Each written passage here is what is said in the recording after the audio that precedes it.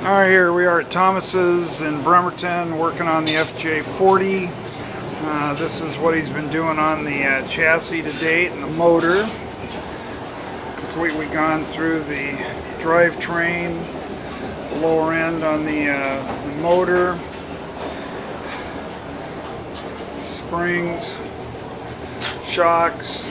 So next will be the exhaust, and he's going to redo the carb and whatnot on it, new master cylinder, all that. So just looking very good. And we come over to what we're working on today. We're getting ready to replace the rear quarter panels on the tub.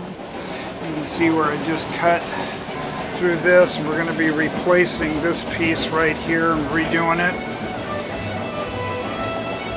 Again, where we made the cut. There's Snoopy tentatively watching. What do you think? Huh? Alright. Thomas hard at it. Shop. We're having a good time.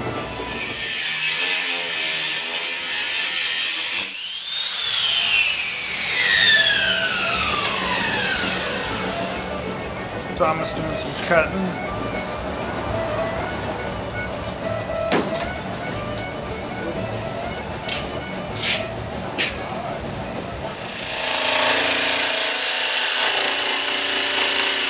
Cutting the section out. This is the piece that we just got done taken out, and I've got it over here on the sawhorses.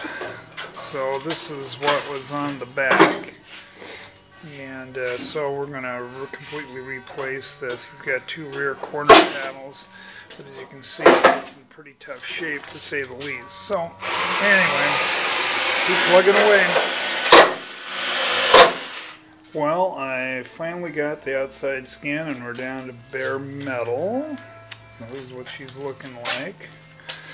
And there's the pile of metal that I got off of it.